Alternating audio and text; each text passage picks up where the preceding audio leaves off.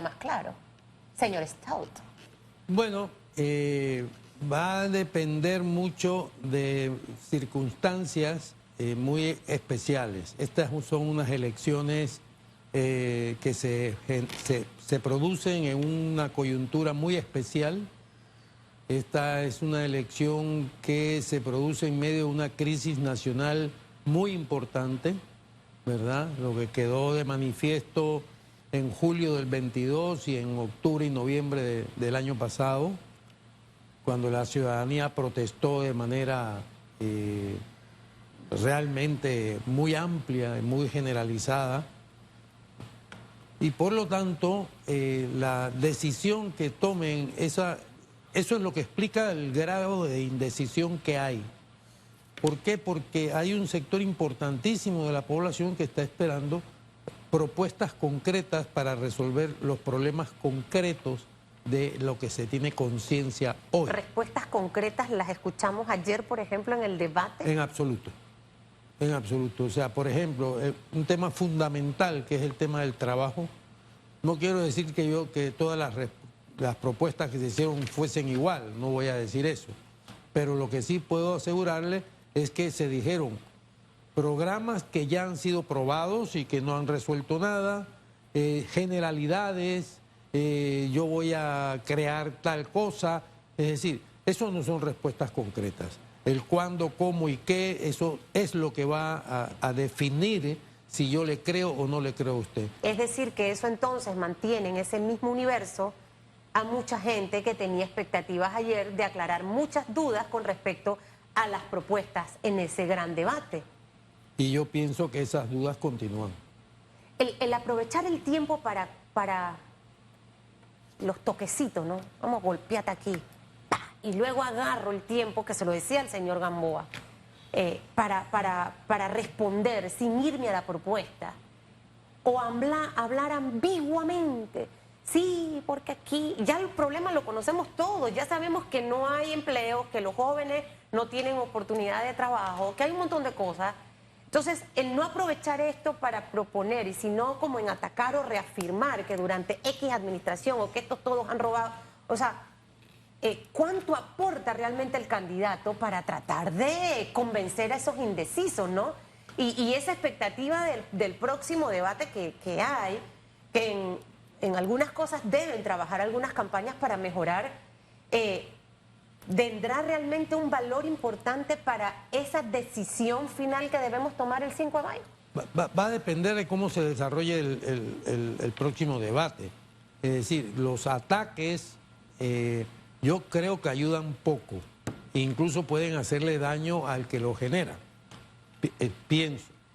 Y yo pienso que el nivel de indecisión no debe cambiar excesivamente. Entre la primera encuesta de la prensa y la segunda encuesta sí ha disminuido la indecisión de forma importante, Aún así hay una brecha que va a decidir, esa brecha va a decidir. Y yo pienso que el tercer debate van a ajustar porque no pueden continuar así. No pueden continuar con generalidades. Los debates presidenciales son como los topones de calle arriba y calle abajo de las tablas. No hay un ganador, pero los simpatizantes de X partido o de X candidato sí ven a su líder como el ganador, y es algo que siempre se ha registrado. Pero ayer llamó la atención la ausencia de un candidato presidencial, el señor José Raúl Mulino. ¿Gana o pierde al no asistir a un debate presidencial a su juicio? Bueno, yo creo que pierde menos, pero pierde menos que si hubiera asistido. Yo pienso que por eso no fue, porque él no tenía nada a ganar y mucho a perder si iba al debate. Pienso que al no asistir pierde. Eso ha sido un desprecio de la juventud, un desprecio de la ciudadanía que esperaba verlo, etcétera.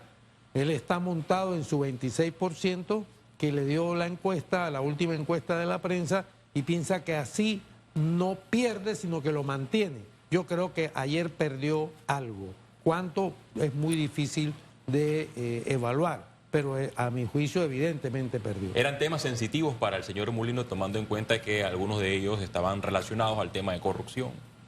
Hombre, eran temas muy sensitivos para el señor Mulino, porque además todos los demás candidatos, y eso no me queda la menor duda, sobre todo estando él encabezando ahora esa encuesta provisionalmente, todos se iban a dirigir a él a preguntarle, pero usted no se enteró de que el gobierno en que usted estuvo 5 años ha sido el gobierno más corrupto de la historia del país. La mayoría de sus ministros están encausados, enjuiciados o condenados, la mayoría. Y aparte siga para abajo que también. Y él no se enteró. Sí. Estratégicamente Iban a por él, eso sí, es evidente. Sí, estratégicamente fue una decisión pensada, ¿no? Sí, por supuesto. Muy pensada Por y supuesto. evaluada. Por supuesto. Tomando en cuenta lo que usted dice, voy a perder, uno a veces dice, voy a perder esto, pero voy a ganar acá. Entonces prefiero perder esto que perder en ambas vías. Ahora, me quedo con algo que usted dijo, porque debemos mejorar el tercer debate. Sí, sí. Por el bien del elector, ¿no? Esas generalidades que hemos visto tanto en el primero y en el segundo debate, cómo ajustarlas y cómo cambiarlas. Los grandes estrategas políticos que en este momento asesoran a muchos de nuestros candidatos están en esa línea de que tienes que golpear. Al panameño le gusta esto, dale. Entonces, tú veías luego los memes a los segundos de la respuesta en televisión. Buen derechazo, ¿sabes? Todo este tipo de cosas que hasta me daba risa verlo, porque es parte de la jocosidad del panameño. Pero realmente dentro de las generalidades también entra parte de este tiempo que se desaprovecha precisamente en esto. Entonces, ¿cuáles serían esos aspectos a reforzar puntualmente para este tercer debate, para ver si Tribunal Electoral, campañas políticas, escuchan un poco lo que usted plantea esta mañana? Y si debiera evaluar el señor Mulino, ¿sabes qué? Voy a ir al... Este sería el último. Sí, el que viene... Falta el tercero, pero hay otros. Pero hay otro. Bueno, hay otros. De candidatos presidenciales. Sí, correcto. Que él evalúe, voy, mejor voy, o no voy, o sí voy. Ojo, él ya dijo que no va, no creo que cambie de posición. Esos dos Bueno, aspectos. el señor Molino ha cambiado de posición en su historia decisión política, ¿no? Eso sí, pero muchísimas referente a esto, veces. lo sentí como Renuncio y vuelvo. Ok. ¿Verdad? O sea, que puede cambiar, ¿usted cree que sí? ¿Cómo no? ¿Y ¿Cómo le no? convendría asistir a su juicio? ¿Qué le diría usted? Bueno, yo no sería asesor del señor Molino, por supuesto, pero creo que lo razonable es que asista, porque vuelvo y le digo, o sea, además es que no asistiendo pierde.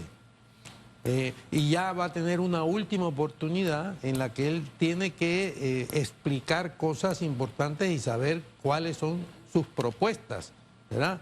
Él incluso habla de una constituyente también. Lo he escuchado por ahí hablando de una... Tendría que explicarnos para qué quiere esa constituyente, qué va a cambiar con esa constituyente, no vaya a ser que nos encontremos con un afianzamiento. ¿En cuánto tiempo? ¿Cómo lo va a hacer? Exacto. Llegando a los primeros días, claro, ¿no? Y no sea que sea una constituyente que luego nos permita la reelección eterna, como alguno quiere. Las generalidades de las que hablaba, que debemos ajustar para estos próximos debates que haya.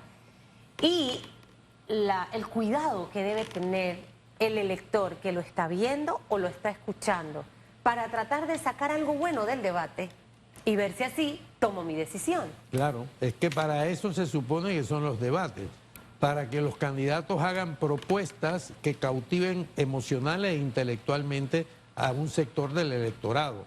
Se supone que ese es el objetivo de los debates.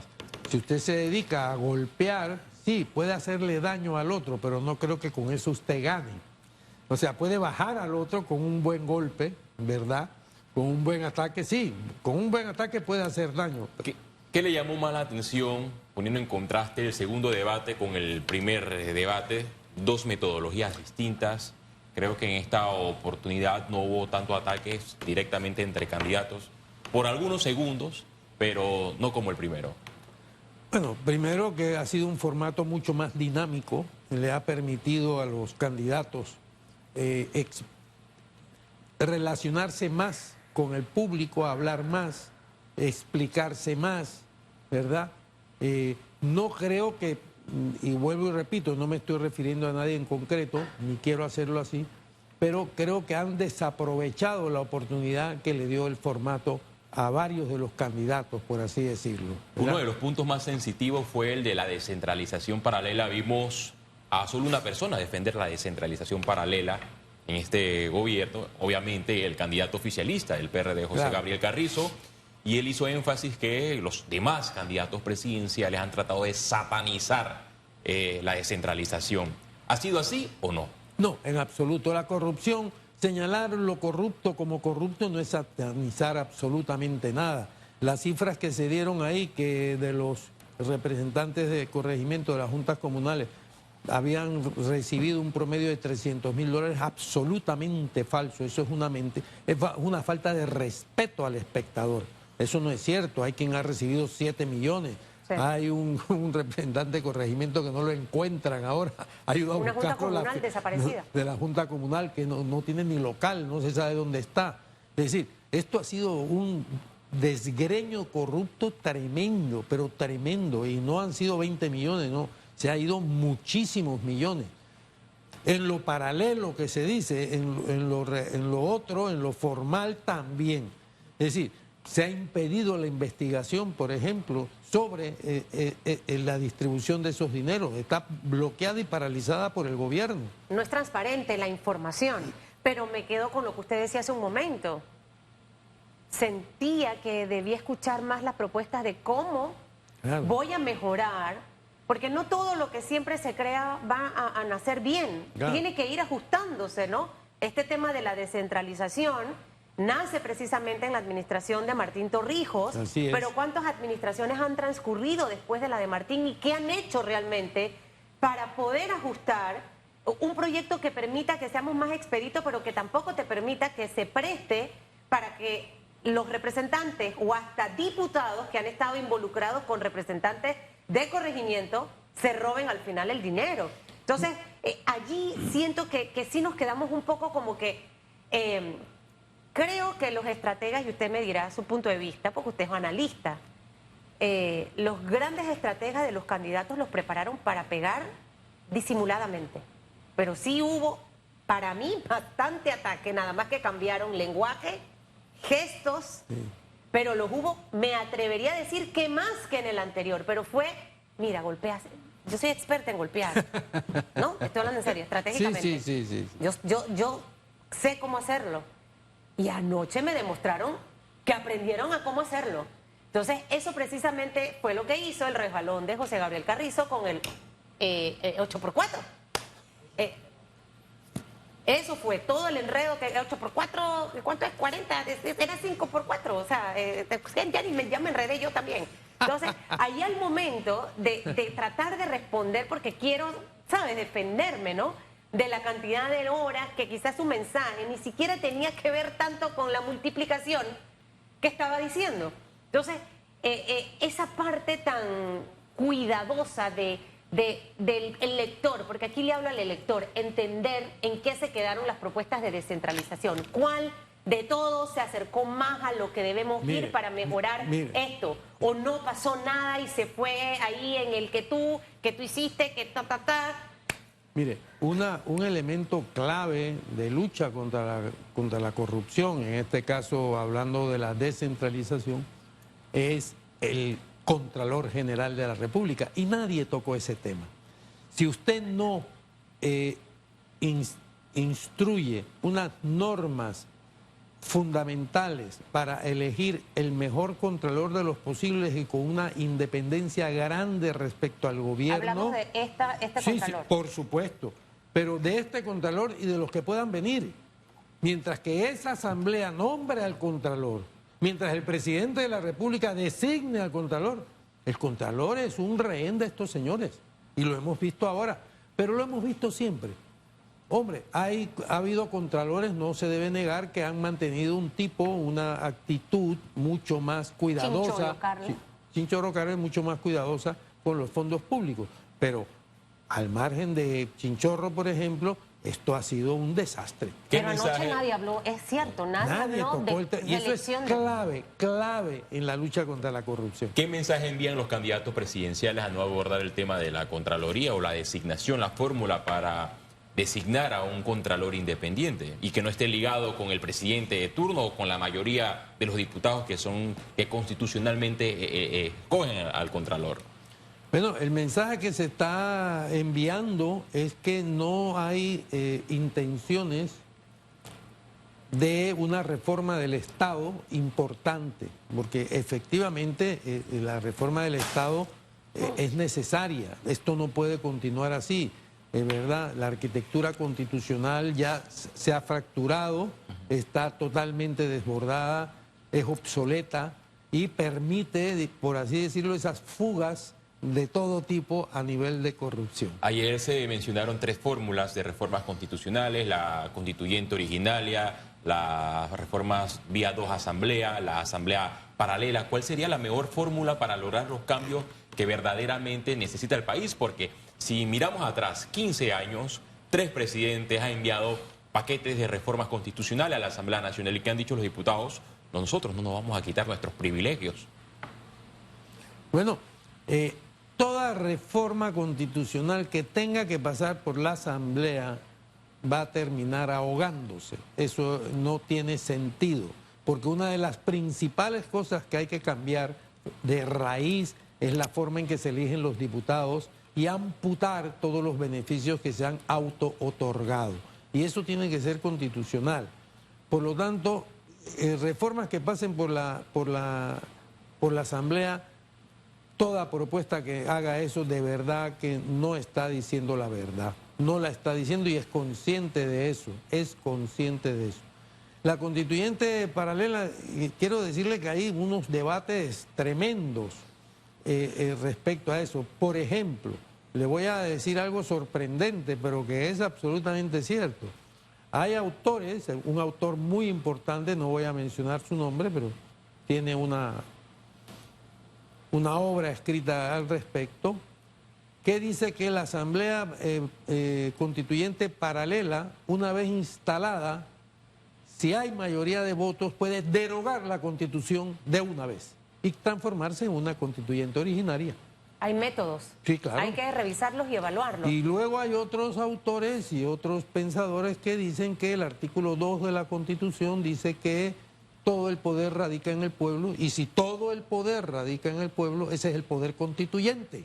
Y por lo tanto, ese poder puede convocar una constitución. Habría que estar muy pendiente de estas cosas, entendiendo también a veces la manipulación de algunos grupos políticos en relación a esto. Y su ignorancia. Totalmente. Yo escuché ayer, por ejemplo, decir que hay que modificar la Constitución para eliminar la protección electoral.